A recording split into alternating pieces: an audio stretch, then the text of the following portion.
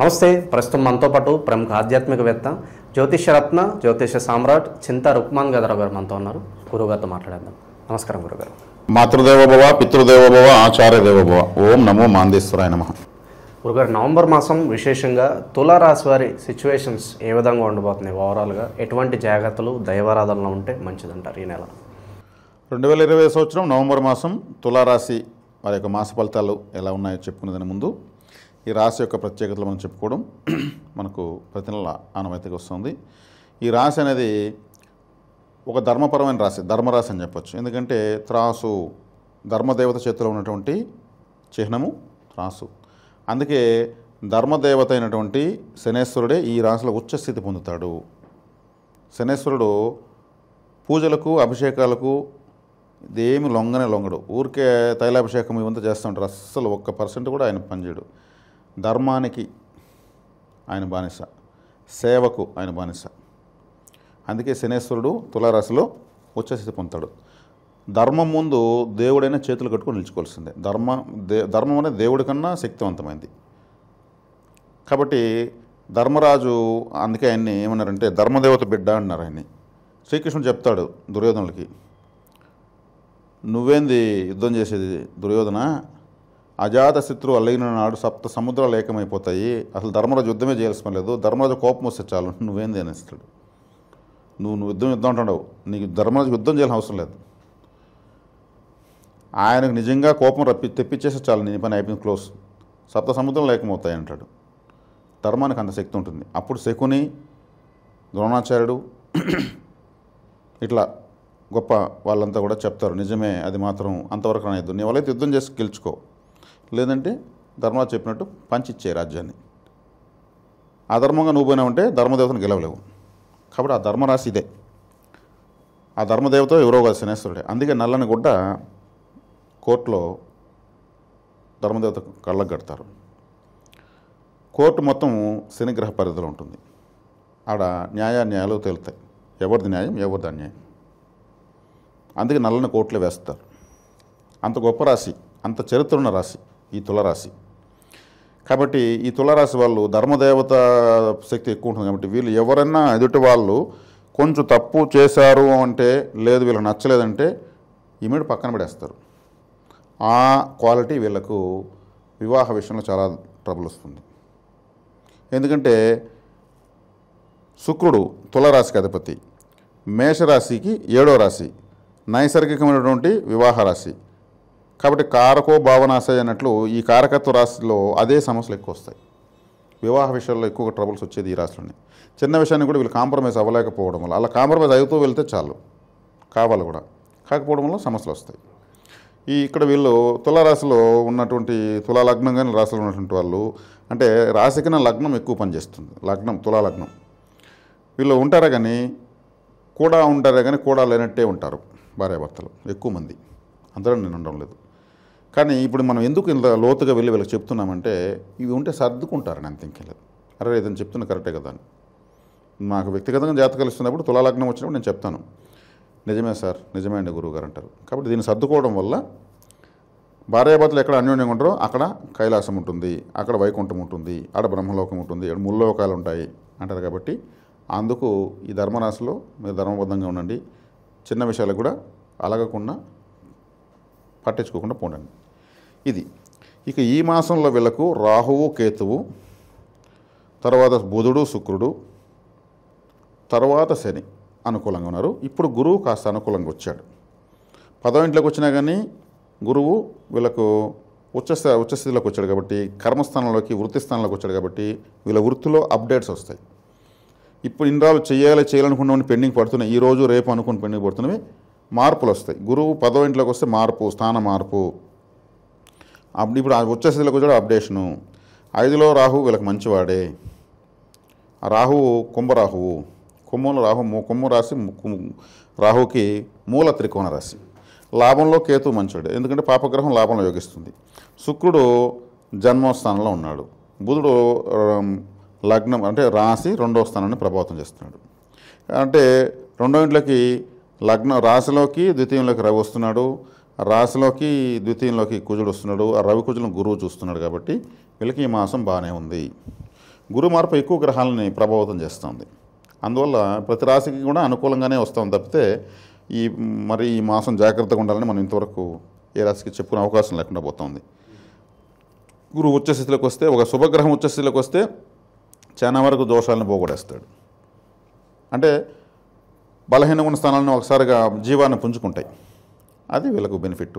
కాబట్టి వీళ్ళకు ఓవరాల్గా బాగుంది, నష్టమేం లేదు. గత కొద్ది రోజులుగా సంవత్సరం కాలం పైగా కూడా వీళ్ళకు బాగానే ఉంటా ఉంది. ఎందుకంటే అప్పుడు జరిగిన షష్టగ్రహ కూటములు కానీ గ్రహణాలు కానీ ఈ రాశికి అనుకూలంగానే వస్తున్నాయి. ఏ రాశిలో అయితే జరిగితే అవన్నీ బెనిఫిట్టో అది తులారాశి ఆ లిస్టులో వస్తూ ఉంది. ఇప్పుడు కూడా వీళ్ళకి 4-5 గ్రహాలు బాగానే ఉన్నాయి. మెజారిటీ ప్లానెట్స్ అంతా కూడా అనుకూలంగా ఉన్నప్పుడు ఏమవుతుంది, బండి నడుస్తాయి. వృత్తి, వ్యాపారం, ఉద్యోగం, సో దేనిలోనూ పెద్దగా ఆటంకాలు అయితే ఆటంకాలు అంతా ఏం లేవు. జన్మంలో కుజుడు ఉన్నప్పుడు కొంచెం నలత ఉన్నది, కొంత డబ్బులు పోగొట్టుకున్నారు. కుజుడు జన్మంలోకి వచ్చినప్పుడు ఏమవుతుంది, టెన్షన్ పెడతాడు. ఆ టైంలో ఎడంకన్నా వదలడము, ఆ టైంలో ఏదన్నా ఇంట్లో ఆరోగ్యరీత్యా ఖర్చు పెట్టడము, ఆ టైంలో ఏదైనా వెహికల్ సంబంధించినటువంటి అన్కంఫర్ట్ ఉండడము, ఇవన్నీ ఉంటాయి. ఈ జన్మాన్ని వదిలేస్తున్నాడు కుజుడు. వదిలేసి ద్వితీయులో పోయి గురు చూపులో పడుతున్నాడు. కాబట్టి కుజుడు యొక్క వ్యతిరేకత కూడా ఏం లేదు. ఇక్కడ ఓవరాల్గా చాలా బాగుంది తులారాశి వాళ్ళకు. తులారాశి వాళ్ళు ధర్మబద్ధమైనటువంటి రాశి వాళ్ళు. కాబట్టి ఇక్కడ శుక్రుడు రావడం కూడా మంచిదే. శుక్రుడు ఈ రాశి అధిపతి కాబట్టి స్వస్థానం వస్తాడు. కాబట్టి శుభాన్ని ఖచ్చితంగా ఇస్తాడు శుక్రుడు. కాబట్టి వీళ్ళు ధైర్యంగా ఉండొచ్చు. ఏ విషయం ఇది జరుగుతుందో జరగదని అన్ని విషయాలు జరుగుతాయి.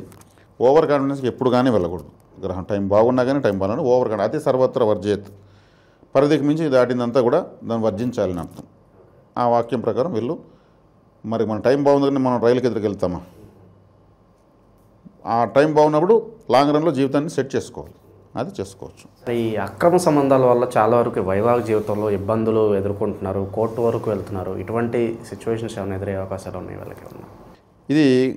ఇది కలియుగ ధర్మం లాగా అయిపోయింది ఇప్పుడు. అక్రమ సంబంధాలు అనేవి అదేదో ఓటు జన్మ హక్కు అనే లెక్కలో ఆలోచన చేస్తున్నారని డౌట్లో చేస్తుండే. అసలు వింత పోకడలు కొన్ని న్యూస్లు చదవలేకపోతున్నాం. కొన్ని ఇప్పుడు షార్ట్ సోషల్ మీడియాలో ఫాస్ట్గా వచ్చేస్తున్నాయి. అసలు నేను అవి చెప్పాలంటే కూడా కొంచెం ఇబ్బందికరం. ఎందుకంటే వయోభేదం లేదు, పెద్ద చిన్న లేదు, వాయు వరస లేదు, కనీసం భయం లేదు. ఫస్ట్ విచ్చలవిడిగా పోతున్నారు. సిటీ కల్చర్స్లో అయితే మరి కో లివింగ్ ఎక్కువైపోతూ ఉంది. వయసుకు వచ్చిన అమ్మాయి బాయ్స్ హాస్టల్లో వాళ్ళు పర్మిషన్ ఎలా ఇస్తున్నారో మనకు తెలియదు. వాళ్ళకి డబ్బులు వాళ్ళకి ఇస్తున్నారు, వీళ్ళు కూడా వాళ్ళ మీద వీళ్ళు ఉంటున్నారు. చట్టాలు ఆల్మోస్ట్ వీళ్ళకి అనుకూలంగా కోర్టు అంటే ఒక మేజర్ అయిన తర్వాత వాళ్ళు ఇష్టం వచ్చినట్టు వాళ్ళు ఉండొచ్చు. ఎవరి స్వేచ్ఛ వాళ్ళది, ఎవరి స్వేచ్ఛకు ఎవరు భంగం కలిగించేదానికి హక్కు లేదు అని ధర్మబద్ధంగా ఇచ్చిన దాన్ని ఒక విధంగా అధర్మంగా వాళ్ళు వాడేస్తారనిపిస్తుంది. చట్టాన్ని ఎలా అనుకూలంగా మార్చుకుని వీళ్ళు ఎంజాయ్ చేయాలో అలా చేస్తారనిపిస్తుంది. అసలు ఇప్పుడు ఎక్కడైనా వెళ్తే పైటా పావడ అంటే ఉందయ్యా అంటే ఎగాదగ జావూరు బాబు మీద అంటారు. ఒక అమ్మాయికి, ఒక యుక్త వయసు వచ్చిన అమ్మాయికి ఓ పైటా పావడ వేస్తే పాతకాలంలో ఎంకి అనేవాళ్ళు, కుండలపైన బొమ్మలు వేసేవాళ్ళు, ఎంకి బొమ్మలు. అటువంటివన్నీ లేవు ఇప్పుడు. ఒక పైటా పావడ వేసుకున్నటువంటి యువత కనిపించదు. అంటే వీళ్ళు మనం తిట్టడం లేదు, విమర్శించడం లేదు. పేరెంట్స్ పరిస్థితి ఏంటి? పేరెంట్స్ చదువుకోవడానికో లేదంటే ఇంకేదో జాబ్ చేస్తూ పీజీలో ఉండడానికో వాళ్ళు పంపిస్తారు. చక్కగా వాళ్ళకు ముచ్చటగా ముద్దుగా మమ్మీ, డాడీ, అట్ల డాడీ, ఇట్ట మమ్మీ, ఓకే జాగ్రత్త నాన్న, వాళ్ళ జాగ్రత్త 10 సార్లు చెప్తారు, వీళ్ళు 20 సార్లు ఓకే అంటారు. ఇక్కడ చూస్తే వీళ్ళు ఇష్టం వచ్చి వాళ్ళు ప్రవర్తిస్తున్నారు. మరి ఇవి మీరు అక్రమ సంబంధాలు అడిగారు, ఇవి సక్రమమే అని వీళ్ళు అంటున్నారు. మీ దృష్టిలో, మన దృష్టిలో, లేదా మనలాగా ఆలోచించే వాళ్ళ దృష్టిలో అది అక్రమం, వాళ్ళ దృష్టిలో అది సక్రమం. దీనికి కరెక్షన్ ఇది. ఈ కలుపును పెరకాలంటే ఏ తొలిక అవసరం, ఏ పరికరం కావాలి? అసలు ఆడపిల్లలను బయట పంపించాలని కొంతమంది భయపడిపోతున్నారు వీళ్ళంటి వాళ్ళు చూసి. పద్ధతిగా ఉన్న అమ్మాయిని చూసి కూడా అనుమానించే పరిస్థితి వచ్చేస్తుంది. దీనిది పరిష్కారాలైన సమస్యగా వెళ్ళిపోతూ ఉంది. ఎవరికి వాళ్ళు ఆలోచించినప్పుడే, ఎవరికి వాళ్ళు ఆలోచించే విప్లవం ఎవరిలో వాళ్ళకి కలిగినప్పుడే వీటికి పరిష్కారాలు దొరుకుతాయేమో కానీ ఇతరత్ర అయితే నాకైతే కనిపించడం లేదు. కాబట్టి ఇక్కడ సుయోధనుడు అన్నారు, దుర్యోధనుడు అని వాళ్ళ అమ్మ నాన్న పెట్టిన పేరు. సుయోధనుడు అని జనాలు పెట్టిన పేరు. సు అంటే మంచి అని అర్థం, సుమతి అంటే మతి అంటే బుద్ధి, సుమతి అంటే మంచి బుద్ధి కలది అని అర్థం. అందుకు సుమతి అనే పేరు ఎక్కువ పెట్టేవాళ్ళు. కాబట్టి ఇక్కడ సుయోధనుడు అంటే మంచివాడు అని పెట్టారు దుర్యోధనుడికి. ఎందుకు జనాలు పెట్టారంటే అప్పట్లోనైనా ఎవరు ఏం కావాలో అది చేసుకోవచ్చు అని జీవ వదిలేస్తాడు జనాలకు. కలియుగంలో రాబోయేటువంటి పోకడలను ఆయన అప్పుడు అమలు చేసి చూపించాడు. ఏం కావాలో ఎవరు తినచ్చు, ఏం కావాలో ఎవరైనా ఎట్టన్నా పోవచ్చు అని వదిలేస్తాడు ఆయన. జనాలను బాగా ముంచి లేపాడు మత్తులో చిత్తులో. పాండవులతోనే గొడవ, జనాలతో మాత్రం బ్రహ్మాండంగా పరిపాలించాడు ఆయన. అంటే వాళ్ళకి కావాల్సిన వాళ్ళకి ఇచ్చేస్తే వాళ్ళు జల్సా చేసుకోండి అని చెప్పేశాడు. అందుకు సుయోధనుడు అని పేరు పెట్టారు. ఆ సుయోధనుడి పరిపాలనను మైమర్పించే విధంగా వీళ్ళు చేసేస్తున్నారు అనేసి అనిపిస్తాం. బాధేస్తుందండి. ఎవరిని విమర్శించాలనేది మన ఉద్దేశం కాదు, ఇది ఇంకోటి కాదు. స్త్రీకి అగ్రస్థానము అగ్రతాంబూలము ఉన్నటువంటి ఏకైక ప్రదేశం మన భారతదేశమే. ఇప్పుడు అది ఇంకా వాళ్ళు ఆలోచించుకోవాలంతే. ఆలోచించి సంఘటితం కావాలి ఎవరికి వాళ్ళు. ఇప్పుడు ఒక కోతి జపాన్లో అడవిలో సముద్రంలో నీళ్ళకడ ఒక గడ్డ దొరికితే కడిగేసి తిరింది. ప్రపంచంలో ఉన్న కోతులని మళ్ళీ అప్పటి నుంచి కడగడం స్టార్ట్ చేస్తాయి. ఆ కోతి ఏ కోతికి చెప్పలేదు ఫోన్ చేసి గడ్డలు దొరికితే కడిగేసి తినని చెప్పలేదు. అది ఎలా వెళ్ళింది ఆ మెసేజ్ ఆ కోతి జాతికి? గడ్డ కనిపిస్తే దాన్ని కడుక్కోవాలనేటువంటి నాలుగు అది మానసికంగా అది కరెక్ట్గా ధర్మంగా పాటించింది. ఇలా మానసికంగా ఎవరికి వాళ్ళు చైతన్యవంతులైతే దీనికి ఒక బ్యాలెన్స్ వస్తుంది. అలా బ్యాలెన్స్ వచ్చే పరిస్థితి కూడా నాకు కనిపించడం లేదు. ఇది మనం బాధపడడం విచారపడము మన బాధ్యత ధర్మం అనేది మనం బాధపడుతున్నాం తప్పితే ఇక్కడి నుంచి ఇంకేమవుతాయి? అక్రమ సంబంధాలు ఏమవుతున్నాయి? పకోడీలాగా తినేస్తున్నారు, వాళ్ళకి నచ్చినటువంటి విధంగా బిహేవ్ చేస్తున్నారు. ఈజీ అయిపోయింది. గట్టిగా మారితే ఎడ్ చేస్తున్నారు. ఏం చేయగలరు? వారానికి 100 న్యూస్లు వస్తున్నాయి. ప్రియుడితో కలిసి భర్తను చంపిన భార్య, ప్రియుడితో కలిసి ఉంటే చూస్తున్నారని అడ్డంగా ఉన్నారని ప్రియుడితో కలిసి పిల్లల్ని చంపేసిన తల్లి. ఎంత దారుణంగా ఉన్నాయి అసలు. ఇప్పుడు అన్నీ అందుబాటులోకి వచ్చేసి పిల్లలు కూడా ఆవిడ చదువుతున్నారు, ఆవిడ చూస్తున్నారు. వాళ్ళు ఆలోచించకూడని విషయాలు ఆలోచించే స్థాయికి పిల్లలు వచ్చేసారు. వాళ్ళ యుక్త వయసు వచ్చే కాడికి ఏమవుతుంది? ఇక్కడ స్వేచ్ఛ అడ్డు ఆపలేదు. విశృంఖలమైనటువంటి సమాజం అందుబాటులోకి ముందరకు మాటమాటికి డిస్ప్లే అవుతుంటే ఏమవుతుంది? ఏ కర్రాబెల్లో గోలీలో ఓ బంగారాలో ఓ దావడి మూతలు ఆడే ఆటలు ఇప్పుడు ఆడున్నాయి. పిల్లలు ఆ వ్యాపకంలో పడి ఆ మట్టి వాసనలో ఆనందాన్ని అద్వితీయమైన అనుభూతిని పొందేటువంటి పరిస్థితులు ఎక్కడ ఉన్నాయి? సెల్ ఫోన్ లేనిదే టిఫిన్ చేయలేరు, సెల్ ఫోన్ లేనిదే ఇంకేమి చేయలేమనే పరిస్థితి అయిపోయింది. అది మానవ బాంబులాగా తయారైపోయింది. సార్ సాధారణంగా ఇప్పుడు ఇలాంటి వ్యసనాలకు సాధారణంగా ఏ గ్రహం అనేది కారకం? ఇప్పుడు అట్లీస్ట్ ఏదన్నా రెమెడీ ఏదన్నా ఉంటే భర్తలకు సంబంధించి భార్య అయినా సరే ఏదన్నా చేయడానికి ఉంటుందా? కనీసం నా భర్త అయినా మారాలి, పలానా వ్యసనాలకు దూరంగా ఉండాలని చెప్పి భార్య అయినా లేదంటే ఎవరైతే సఫర్ అవుతున్నారో వాళ్ళు ఏదన్నా రెమెడీ చేసుకోవచ్చా వాళ్ళ పార్ట్నర్ని మార్చుకోవడానికి ఏదన్నా? అంటే ఇక్కడ ఇద్దరు సంఘటితం కావాలండి. ఇది పరిహారము అంటే గ్రహాలు ఎత్తుకుంటే బయలా ఎత్తుకుంటే రాహుగ్రహము యాంప్లిఫైయింగ్ ప్లానెట్. యాంప్లిఫైయింగ్ అంటే ఏమి? పుంకానుగా అభివృద్ధి చేసేయడం అని అర్థం. పుంకానుగా అభివృద్ధి చేయడం అంటే నాకు ఎక్కువ పెళ్ళిళ్ళు కావాలి, ఎక్కువ వ్యసనాలు కావాలి, ఎక్కువ జలసాలు కావాలి, నేను ఎంత ఖర్చు పెట్టినా నాకు డబ్బు వస్తూనే ఉండాలి, నన్ను ఎవరు ఏమి అడగకూడదు, సంతోషంలో మునిగి తేలాలి, ఇట్లాంటి ఆలోచనలు రాహు. ఆ రాహువు కేతులకు కలియుగంలో విపరీతమైన అధికారాలు వచ్చేసాయి. రాహువు అనేటువంటి వాడిని శ్రీ మహావిష్ణువు ఖండించినప్పుడు తలపోయేసి రాక్షసుల్లో పడింది. ఈ మొండం పోయేసి తపస్సులు చేసుకున్న ఋషుల్లో పడింది. ఋషుల్లో పడేకాడికి అది అదేమైంది? అది భక్తి జ్ఞాన వైరాగ్యాలు వచ్చాయి మొండానికి. రాహు రాక్షసులు పడ్డాడు. రాక్షసులు ఏమంటే పేరాస, తల నాలుక ఆలోచన బ్రెయిన్ అంతా ఉంది, తలకుంది కాబట్టి తీరని ఆశ, తీరని వ్యామోహం రాహు అయిపోయాడు, రాక్షసులు పడ్డాడు. కాబట్టి బ్రహ్మదేవుడు కలియుగంలోనే మీకు అధికారాలు ఎక్కువ వస్తాయని చెప్పాడు. కలియుగం వచ్చింది, వాళ్ళు ఈయన నిరాశ, కేతు ఋషులు కదా, నిరాశ ఉంటుంది. రాహు ఆశ నిరాశల మధ్య కలియుగం వేయింపుడు వేయించేస్తున్నారు. వీళ్ళు తప్పు చేయడము, ఎవరైనా ఒక వ్యక్తి ఒక స్త్రీ తప్పు చేస్తుంది, వ్యామోహంతో చేస్తుంది. ఆ తప్పు బహిర్గతమయ్యి 10 మందిలో పరుగు పోయి భర్త పిల్లలు లేదా ఒక వ్యక్తి తప్పు చేసి చేయకూడని తప్పు జుగుప్సాపకరమైన తప్పు చేసి పిల్లలు ఫ్రెండ్స్ బంధువులు అందరూ కూడా అసహించుకుంటే అప్పుడు వైరాగ్యం వస్తుంది. అది ముందుగా ఎందుకు రావడం లేదు? అప్పుడు మాత్రం ఎవరికి తెలియదులే అనేసి చేసేస్తున్నారు. తర్వాత వైరాగ్యం లేకుండా వెళ్ళినా మన ప్రయోజనం ఉంది. కుటుంబం పరువు పరిస్థితులు ఎవరు కాపాడతారు? ఇది ముందుగా అలర్ట్ అయితే నాలుకను మనసుని పత్యం పెట్టాలి, పనిష్మెంట్ ఇవ్వాలి. వద్దు, ఒక వాత పెట్టాలి మనసులో, మనకు వద్దు, అవసరం లేదు. అవతల వాళ్ళు మనల్ని ఆడుకునే పరిస్థితి తెస్తారు, దుర్మార్గులను చిత్రీకరిస్తారు. మన పిల్లల పరిస్థితి ఏంటి, బంధువుల్లో మనకున్న విలువ ఏమవుతుంది అని ఆలోచించగలిగితే ఎవరికి వాళ్ళు కంట్రోల్ అయిపోవచ్చు. ఆలోచించకపోతే ఎవరికి వాళ్ళు విజృంభించవచ్చు. ఇది సెల్ఫ్ కంట్రోలింగ్. దీనికి ఇన్స్టిట్యూట్లు ఉండవు, ట్రైనింగ్ సెంటర్లు ఉండవు. ట్రైనింగ్ సెంటర్లు పెడితే సాయంత్రాలకు గుల్ల కొట్టుతో చేస్తారు ఆ ట్రైనింగ్ సెంటర్ని. ముందు విని కొట్టాలని అంటారు. మన మీద అవకాశం వచ్చింది, చెప్పగలుగుతున్నాం, మనకు ఒక వేదిక దొరికింది కాబట్టి. ఇది ఆమోదించగలిగిన వాళ్ళు అభినందిస్తారు, మనకు ఆమోదించిన వాళ్ళు నాలుగు చెప్పుకుంటారు, వెళ్ళిపోతారు, వాళ్ళ పని వాళ్ళు చేస్తారు. ఈ కలియుగ ప్రభావము రాహు యొక్క స్వభావాలు ఎక్కువ అవుతాయి. రాహువు తల ఉంటుంది కాబట్టి అతని కడుపు అంతా కూడా అనంత విశ్వమే. ఈ అనంత విశ్వం ఇతను తింటూనే ఉంటాడు, ఆశ తీరదు.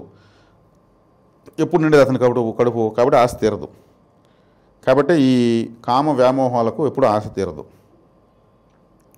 ఏ వయసులో ఉన్నటువంటి అలవాట్లు ఆ వయసులో ఉంటే ఆ జీవితం పరిపూర్ణత పొందుతుంది. వయసు దాటినాక కానీ యుక్త వయసులో ఉన్నటువంటి జల్సాలు చేయాలనేటువంటి బరితెగింపు చర్యలకు వచ్చేదాని వల్ల ఏమవుతుంది, మాన ప్రాణాలు పరువు ప్రతిష్టలు అన్నీ కూడా మంట కలిసిపోతున్నాయి. ఎవరో ఎక్కడో ఏదో చేసుకుంటే మన వల్ల కావడం లేదు. పేపర్లో చూడడానికి, టీవీలో చూడడానికి. వాళ్ళ బంధువులు, వాళ్ళ కుటుంబ సభ్యులు, వాళ్ళ కూతుళ్ళు, కొడుకులు, అల్లుళ్ళు వీళ్ళంతా ఏమైపోవాలి? తలెత్తుకుని వాళ్ళు తప్పు చేయరు, కానీ వాళ్ళు తలెత్తుకుని తిరగలేరు పాపం.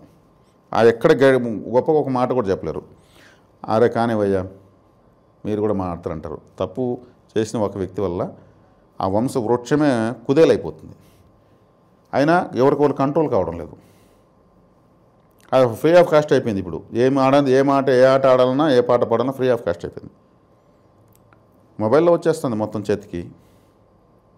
ఏం చేయాలి ఇప్పుడు? ఇప్పుడు పెద్దలు తప్పు చేస్తూ ఉంటే పిల్లలు తప్పు చేస్తున్నారు, వాళ్ళని అడగలేకపోతున్నారు. నువ్వు చేసింది ఏంటి అని వీళ్ళు అడిగే పరిస్థితికి వచ్చేసారు. అది వీళ్ళు భయపడుతున్నారు. మనం అడిగితే మనం ఆ పిల్లల కంట్లో పడ్డాం తప్పులు చేస్తూ, తిరిగి మనల్ని అడగతారనే భయం పెద్దలకు వచ్చేస్తుంది. ఇక్కడ అందరూ అనడం లేదు, అలా అంటున్న వాళ్ళు సోషల్ మీడియాలు, పేపర్లు, టీవీల ద్వారా బయటపడిపోతున్నారు. వాళ్ళకి మాత్రమే ఇది.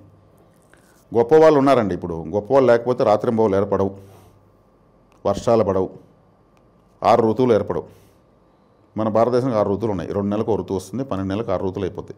ఇవన్నీ గొప్ప వాళ్ళ వల్ల ఏర్పడుతుంది. ఈ గొప్ప వాళ్ళ వల్ల ఒక గొప్పవాడు ఉంటే 10 మందికి ఉపయోగ వెలుగు చూపిస్తున్నాడు. 10 గంజాయి మొక్కల మధ్యలో ఒక తులసి మొక్క ఉంది, కానీ తులసి మొక్కను కూడా చంపేదానికి గంజాయి మొక్కలు ట్రై చేస్తున్నాయి. దీనికి ఎవరికి వాళ్ళు ఆలోచించుకోవాలి అదే పరిష్కారం తప్పితే ఇంకా ఏ దేవుడు ఆకలిని దూకడు. ఇది ఒక జాడ్యం అయిపోయింది. దీనికి ట్యాబ్లెట్లు, ఇంజక్షన్లు ఏమీ లేవు.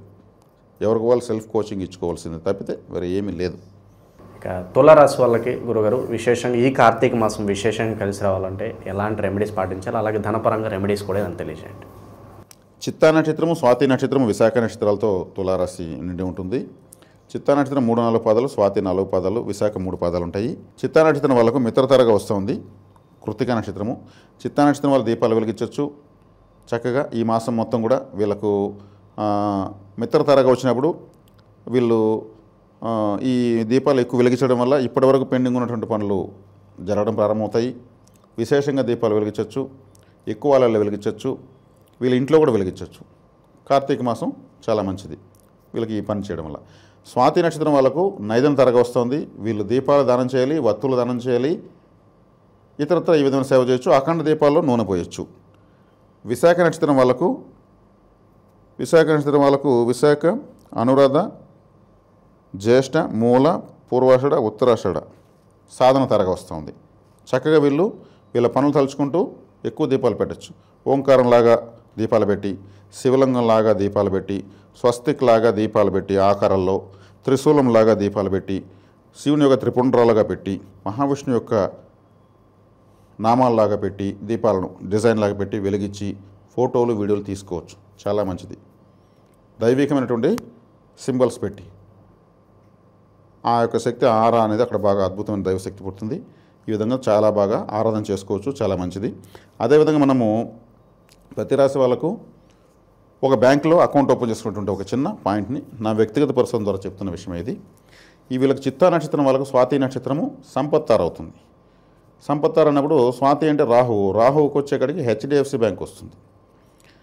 మామూలుగా ఈ హెచ్ అంటే రాహు అని మామూలు సంఖ్యాశాస్త్రం చెప్పడం కూడా నేను విన్నాను. కాకపోతే సంఖ్యాశాస్త్రం నేను ఫాలో కాను, నేను ఒక చోట విన్నాను.